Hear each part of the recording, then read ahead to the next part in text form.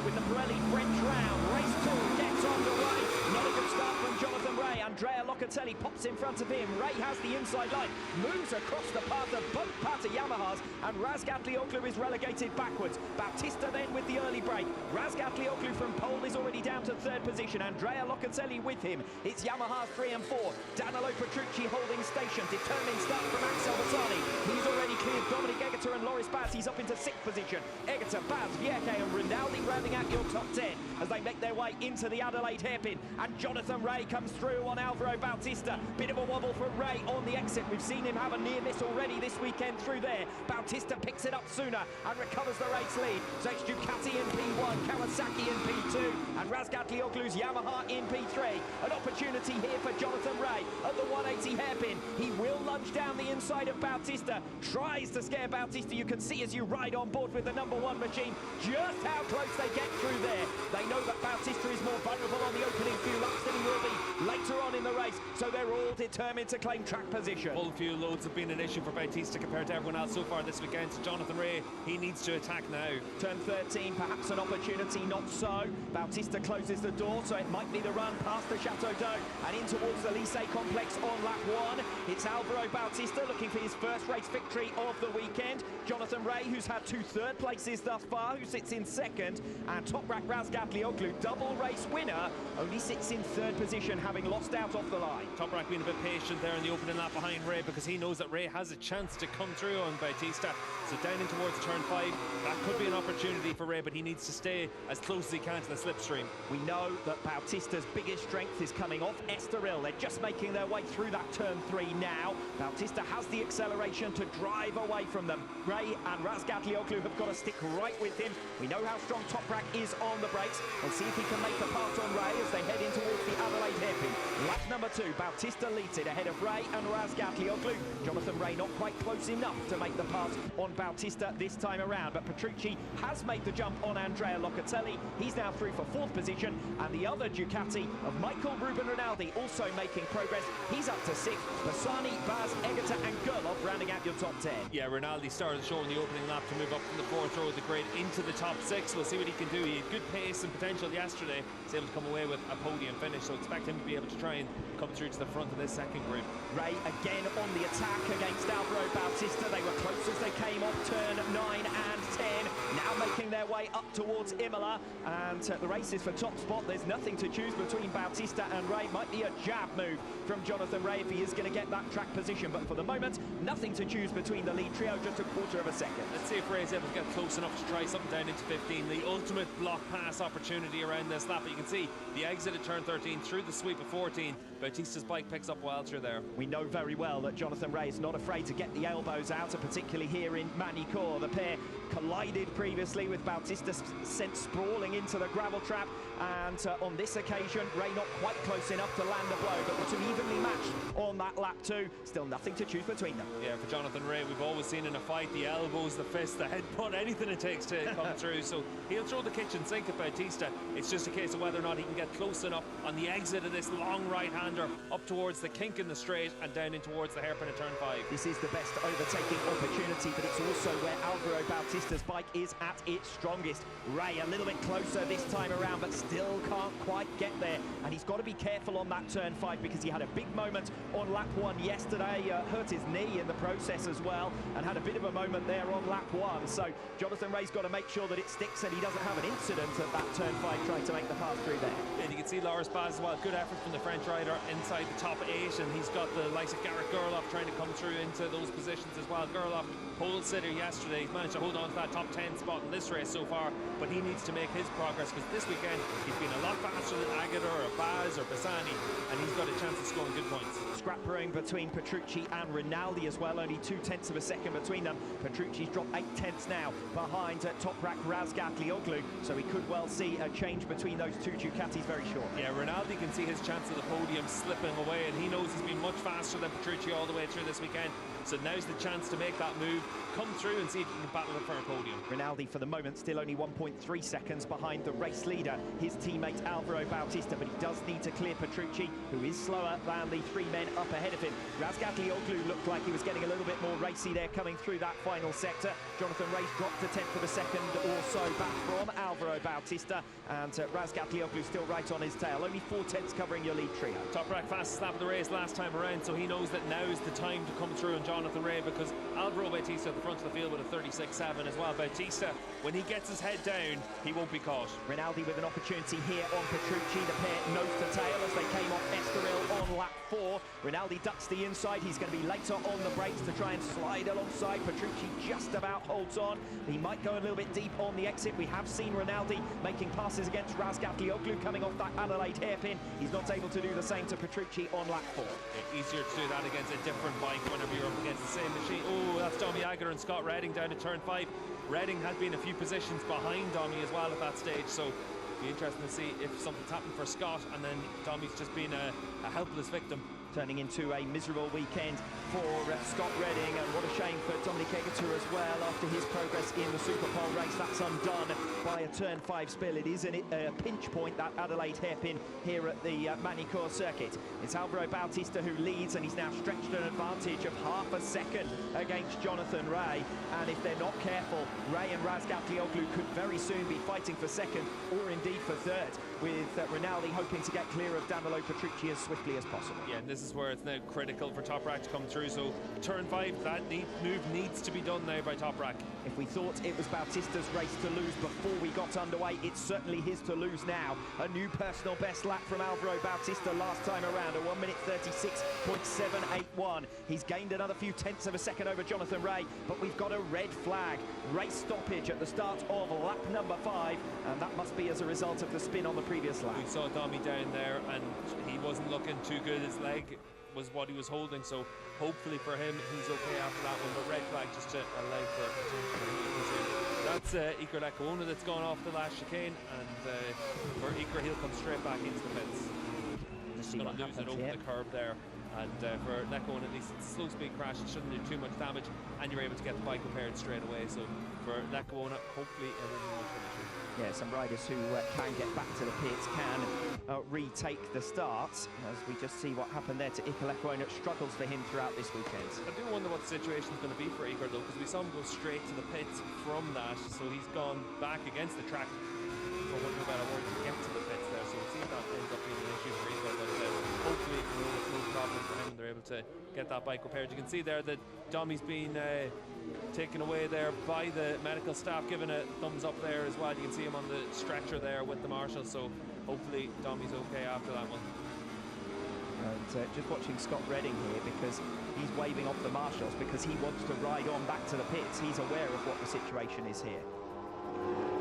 That could have been a lot worse for Dominic Egerter, couldn't it? Prone in the middle of the circuit there, with riders going every which way at one of the tightest corners on the circuit here in Magny-Cours. Yeah, it's the slowest corner of the year, and it doesn't blind through there depending on where the rider is, so hopefully for Domi and for the GRT team, he's okay. You can see the Domi Agutter fans club down there, but for Domi, we did see him leave the track and then give a thumbs up there, and you can see his helmet, and he's moving around there, so he'll get the attention from the medical staff, and hopefully he's okay. Well, that's great to see, isn't it? What a sight that is. Dominic Egerter back up to his feet, and as you said, fingers crossed that he is okay. As he walks away now from the scene of that spill. He hasn't had a lot of luck with injuries. This is now really important for a lot of these teams, because does anyone have a fresh tyre they can use for the restart of the race? It's only a short race, so can you try something out with a fresh tyre to give yourself a little bit of an extra boost? It's definitely something that a lot of teams keep a tyre in hand just to give them that opportunity.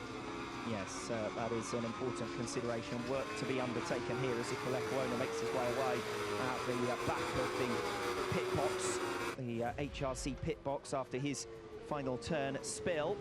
Just catching the end of it here for Nicolo Bulega, and a rather chaotic end to the first 4 laps there of race 2, but actually might be an opportunity for Alvaro Bautista's rivals, because he was looking like from there he was going to escape away. It was just the zone of the race. Lap 4, new personal best lap, 0.4 of a second advantage. Jonathan Ray's pace slipping away, where Bautista might have been able to assert his authority on that race. See there for Iker as well on the replay, the marshals were telling him no, no, no. The reason for that was they saw the red flag and then they're pointing at the red flag, and immediately Iker's thinking, if I get back to the pits I can still take part in the race, still score some points. So the different mentality for the marshal compared to the racer there. Could be some bad news here for Luca Myers. Notice it's coming up on our information screen that he is stuck out at turn 9, and there we see him helmet off, getting a lift back to the pits. So Myers at least looks like being one rider who won't be taking the restart. Yeah, for Scott Redding, we saw him immediately try and get back onto his bike to get that back to the pits. He knows he can take part in it, but for Luca, that's the end of his race, and end of the day for the Pichetti team. It's been a tough weekend for Pichetti as well, Supersport and Superbike. Well, Luca Myers certainly knows the rules about getting to the pits. I don't think there's much doubt about that after that famous race in Supersport. But obviously the bike is not willing to get him there. Scott Redding is back to his pit box now. So Redding hoping to be able to resume. We have got some information now coming in that the pit lane will open in just under 7 minutes' time. Pit lane will open in just under 7 minutes' time. That will allow us to get underway with a restart. This is really the end of that spill. We just see Dominic Egerter prone in the circuit. And goodness me, the riders, I know it's the slowest corner on the circuit. They slow down to 49 kilometers per hour at the slowest point at turn 5, but even so, they're approaching Dominic Egerter pretty swiftly there. Scott wasn't looking too handy there either. You can see the left arm was hanging a little bit low as he walked away from that one, so hopefully Scott's going to be all right. You can see him down in the pit box there. Yeah, the fact that he raced straight back to the pits would imply that he feels fit enough to try and resume here. 6 minutes to gather his forces and get the bike ready to go again. Bautista will feel that this is misfortune against him here, because he was looking clear at the time of the stoppage, no doubt about that. Yeah, and what was interesting was for Toprak though, he was still within 10th of a second a lap of Alvaro, so even though we had Jonathan Ray to clear, he hadn't actually lost that much time. So we'll see what happens now for the shortened race duration as well. 17 laps, so around about 3/4 of a race distance. We've got into that familiar position though before, haven't we, where Bautista then gets faster and faster and other riders start dropping their pace, and even if they're only matching him, they can very rarely find a way to get through on him, because the best overtaking opportunities, those braking zones, are always preceded by an acceleration zone, and that's where Bautista's at his strongest. Yeah, and that's where it's really important to be able to give yourself the chance to make those moves when the opportunities present themselves. If Toprak is in front of Bautista, he can defend. We saw that last time out at Most, but if he's behind them, can he make moves, can he attack? And that's the big question mark. The good thing for Toprak is he made a bad start to the initial staging of this race, but he's going to get another opportunity now to try and make a better job of it. Yes, he certainly is. Toprak Razgatlıoğlu dropped from 1st to 3rd off the line initially, and that's where he will start again as we get underway. As it says along the bottom of your screen, your starting order will be the positions as they were at the time of the stoppage, going back to the last timekeeping point. Michael Ruben Rinaldi just checking on that. We are going to have some important beneficiaries, the likes of Rinaldi, who qualified initially in P11 but had made startling progress in the early stages there, Rinaldi. Yeah, Rinaldi was able to do a really good job in the opening lap to move up through 5 or 6 riders before he got onto the back of Petrucci, and he looked like he had good speed as well. Latest news coming in is a double long lap penalty, I believe, for Scott Redding. So I would assume that that's been given for the contact with Dominic Egerter, but of course we haven't seen the incident from the start of it, so difficult to make too many comments there. But that is the latest on our race direction journal, so latest information we've got from it. Yeah, for race direction, obviously they've got close circuit cameras as well to be able to see what the situation was and what happened out there. You can see for Andrea Locatelli and Andrew Pitt down there just trying to get themselves ready for this race. Pit lane's going to open in about 3.5 minutes time, and then we'll have a quick restart procedure and be back underway probably in around about 7 or 8 minutes, and then we'll have a 17-lap race. In his arsenal, and he has delivered here this afternoon, make no mistake about that, but just over 2 laps to go for him to try and make the pass on Razgatlıoğlu. Must admit that I thought Jonathan Rea was going to struggle to make it on the podium here with the likes of Rinaldi, Petrucci, Locatelli directly behind him on the grid. But Rea is 4 seconds clear of Andrea Locatelli, who was tagged right to his tail in the Superpole race earlier on today. Petrucci's progress faltering slightly, gap down to half a second to Andrea Locatelli, and Garrett Gerloff 4/10 of a second back from Danilo Petrucci, having got through on Axel Bassani for 6th place. Very quickly about Gerloff, 4/10 of a second a lap faster than Locatelli for the last 3 laps, so that group is getting closer and closer. Jonathan Rea latches back onto the tail of Toprak Razgatlıoğlu. Twice he's made the pass on Toprak into turn 5. Twice Razgatlıoğlu has recovered the place on the exit of the Adelaide hairpin. This time Toprak is going to lunge back down the inside. They swap and change in the braking zone. Rea's going to try and go all the way around the outside. That could be crucial from Razgatlıoğlu to recover that 2nd place. Rea still not giving in. Can he catch him by surprise? The answer to that is no. Yeah, you can't really make a move into the first chicane, but you can into the second. We'll see if Rea is able to exit turn 8, the 180 corner well. If he can do that, you can get down the inside into 11 and 12. That change direction for the downhill chicane. 180 hairpin for Jonathan Rea as he tries to latch back onto the tail of Toprak Razgatlıoğlu. The two of them seem to have been side by side for the majority of this race, but it's Toprak who has track position for the moment. Jonathan Rea is certainly determined to probe and press and hassle and harry, but still Razgatlıoğlu defends successfully. Yeah, really good defensive performance here from Toprak, putting his bike where it needs to be. He's got 5k left to try and hold off from Jonathan Rea. Another opportunity perhaps into turn 15 on lap 16. No, Rea still held back. It's going to be another duel, another joust into turn 5 for the final time. It's turn 5 and turn 13 for Jonathan Rea. Probably even turn 11 for Rea to take that high ground before you get to 13. Because Toprak, you're not going to come through in turn 15 because he's just going to put the bike on the side. Gerloff through and up into 5th position. Further progress being made, scrapping and changing right the way through the order. We recover Alvaro Bautista, but it's all about to kick off for 2nd place. Razgatlıoğlu 9 seconds down versus Jonathan Rea. The two masters of Magny-Cours going head-to-head. Jonathan Rea, 9 times winner here. Toprak Razgatlıoğlu, 8 times winner here and double winner in 2023. Holds Jonathan Rea at bay, coming off turn 5 for the final time. One last chance for Rea to make his lunge. It's going to be into the final sector at turn 13 for the final time. You can see in the background as well, Petrucci lost a lot of ground. That was in the last sector, so maybe something happened between him and Gerloff. Rea doesn't look like being close enough. Razgatlıoğlu sliding his way away to 2nd position here. Yeah, Toprak pushing as hard as he can in this final lap. He doesn't know he's got that much margin over Jonathan Rea, but for Toprak, he's just making sure he can hold on to the 20 points. Since turn 5, Toprak Razgatlıoğlu has opened up half a second over Jonathan Rea. There's going to be no further change here. And Razgatlıoğlu holding on to 2nd position. It's a damage limitation ride for him. He will only give up 5 points to this man, Alvaro Bautista. 57 will be the championship deficit. It's less than 1 full round after Magny-Cours. A year to the day of his first race victory at this venue. Alvaro Bautista wins again in Magny-Cours. 2nd over the line. It'll be a long wait, but it'll be Toprak Razgatlıoğlu who gets there. A new personal best.